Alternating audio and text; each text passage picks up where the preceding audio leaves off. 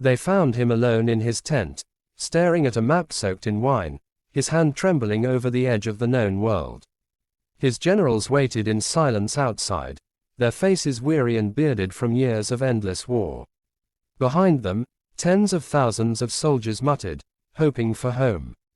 Alexander, their king, the god, the general, was barely past 30, and ill.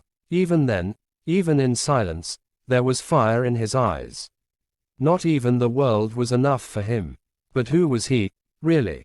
Before he became legend, before his name was carved into history beside those of gods and emperors, Alexander was just a boy, eager, wild, and impossibly ambitious.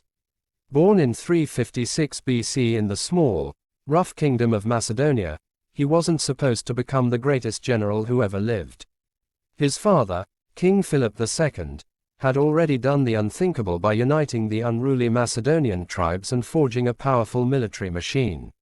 Philip was brutal and brilliant, a man of ambition and steel, but even he saw something in his son that frightened and fascinated him. From the very beginning, Alexander was different. As a child, he refused to cry when wounded, he trained longer than others, and he read obsessively. His mother, Olympias, a fierce and mystical woman, whispered secrets in his ear, stories of gods and heroes, of Achilles and Hercules. She told him he was descended from Zeus himself, born for greatness, fated to conquer. He believed her. At just 13, Alexander was tutored by Aristotle, the greatest philosopher of the age. Aristotle didn't just teach him logic, rhetoric, and science, he gave him the entire worldview of the Greek world, the foundation of empire. But more than anything, Alexander absorbed the Iliad. He didn't read about Achilles, he became him. And from that moment on, Alexander wanted one thing, not just to win battles, but to become immortal. At 16, while his father was away, Alexander was left in charge of the kingdom.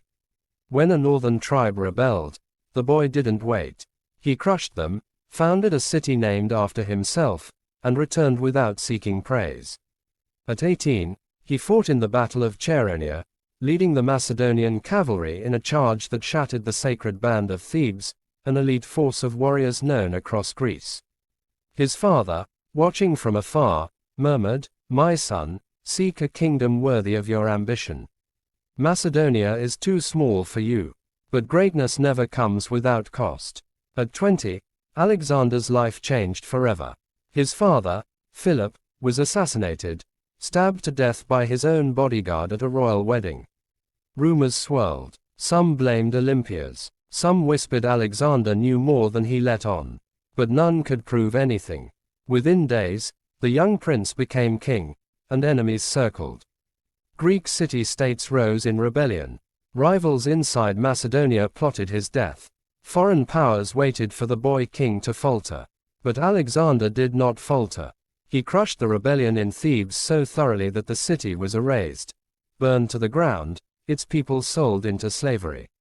Only temples and the house of the poet Pindar were spared. It was a brutal warning to the rest of Greece. I am king now. I am Alexander. Obey, or be destroyed. And still, he was not satisfied. Greece was not enough. Macedonia was not enough. Not even Europe was enough. Alexander turned his eyes east, to Persia. The Persian Empire had once burned Athens. It ruled from the mountains of Asia to the deserts of Egypt, from the rivers of Babylon to the shores of India. It was the richest, most powerful empire the world had ever seen. And Alexander meant to bring it to its knees. In 334 BC, he led just 40,000 men across the Hellespont, into Asia. He was 22. He had no navy, little money, and no secure supply lines. But he had a vision, and his army followed him not out of duty, but faith. His first great test came at the Battle of the Granicus River. The Persians thought they could stop him at the shore, drown his ambition in its infancy. But Alexander led the charge across the river himself, nearly died in the melee, and emerged bloodied but victorious. That battle set the tone. Alexander would never command from the rear. He fought with his men, shared their food, slept in the mud, led from the front. They would follow him anywhere, even into hell. Then came Isis, where Alexander faced King Darius III himself. Darius had an army at least twice the size, with cavalry and chariots and elite units.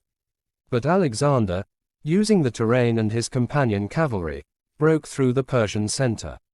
Darius fled, abandoning his family, his gold, and his pride.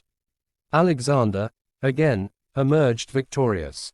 But instead of executing Darius's captured family, Alexander treated them with dignity and respect. "Why?" asked a general. "Because I am not a conqueror," Alexander replied. "I am a king, and kings rule by honor." From there, Alexander swept down through Phoenicia. The city of Tyre resisted him. For 7 brutal months, his men built a land bridge through the sea to reach the island fortress. It was one of the most daring feats in military engineering ever attempted. When Tyre fell, Alexander showed no mercy. The cost of resistance had to be remembered. From there, he moved south to Egypt, where he was hailed as a liberator. The priests crowned him pharaoh, calling him the son of Ra. There, he founded Alexandria, a city that would later become the greatest center of learning in the ancient world. Then he did something no conqueror had done. He crossed the Libyan desert alone to visit the oracle of Shiva, who declared him son of Zeus. It was all he needed to hear. Alexander no longer believed he was just mortal. He believed he was divine. Then, he returned to the east, to finish Persia. At Gaugamela, he faced Darius again. The Persians had an enormous army, some say over 200,000. Alexander had less than half. Darius had elephants, scythed chariots, elite cavalry.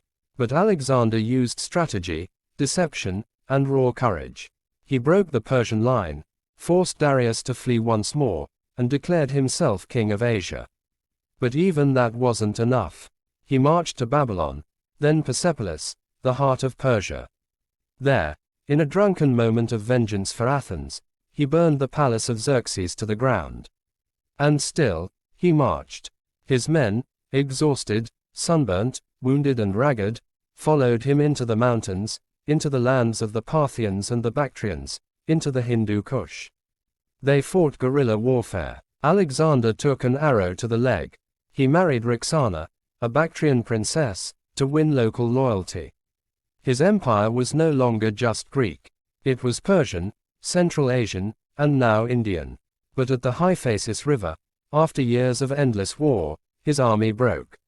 They had marched for 10 years. Thousands had died. Their boots were worn through, their spirits drained. They begged him, "No more. Let us go home." And for the first time, Alexander said yes. He wept, but he turned around. The return was harder than the conquest. He led them back through the Gedrosian desert, one of the deadliest in the world. Thousands more perished from heat and thirst. Alexander, refusing water when his men had none, nearly died. But he made it back. In Babylon, he tried to rule the world he had taken. He ordered massive construction projects, merged cultures, and tried to unite his Greek and Persian officers. But many resented it. Tensions flared. He executed old friends. Paranoia grew. The man who had conquered the world could not conquer peace. Then, in 323 BC, at the age of 32, Alexander fell ill. Fever took him. Some say it was poison. Some say exhaustion. Some say it was the gods, calling him home. As he lay dying, his generals asked, "To whom do you leave the empire?" He whispered, "To the strongest." Answer, Alexander died. No man ever took his place. His empire shattered into pieces. But the legacy lived on. Cities he founded flourished for centuries. His battles are still studied today. His name, Alexander the Great, is etched into history not just for the lands he conquered, but for the impossible dreams he dared to chase.